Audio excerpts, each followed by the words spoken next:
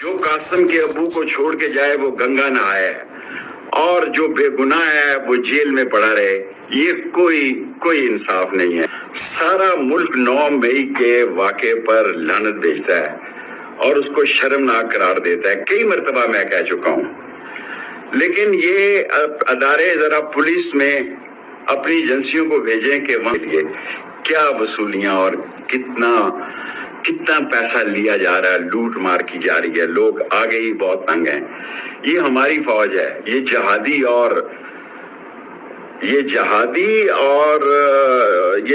फौज है और ये पाकिस्तान की फौज है। कोई शख्स पाकिस्तान में इनके खिलाफ बुरी सोच नहीं रखता। कल रात 40 गोल्फ सिटी पर पंजाब पुलिस और एलीट ने दोबारा दरवाजे तोड़कर अंदर दाखिल हुई और छापा मारा।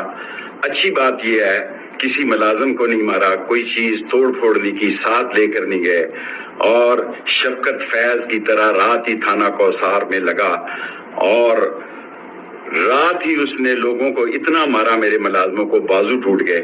और कल उनसे फरमाइशी बयानात इसलिए ले गए कि गिरने से हमारे बाजू टूट गए और चोटें लगी, क्योंकि ताहिर अब्बास सुपरा साहब ने 9 तारीख को उनको नोटिस दिया हुआ है। यही हाल इशफाक वड़ैच साहब का है, जिन्होंने मुलाजमीन को न सिर्फ मारा बल्कि गाड़ियां, घड़ियां और नकदी भी ले गए।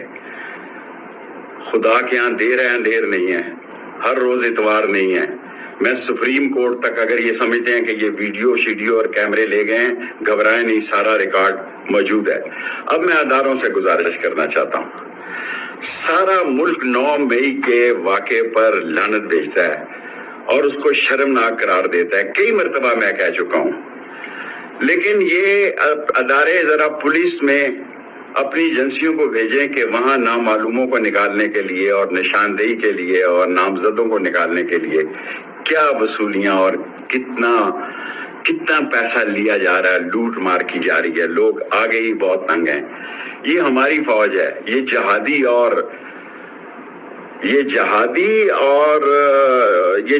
फौज है और ये पाकिस्तान की फौज है। कोई शख्स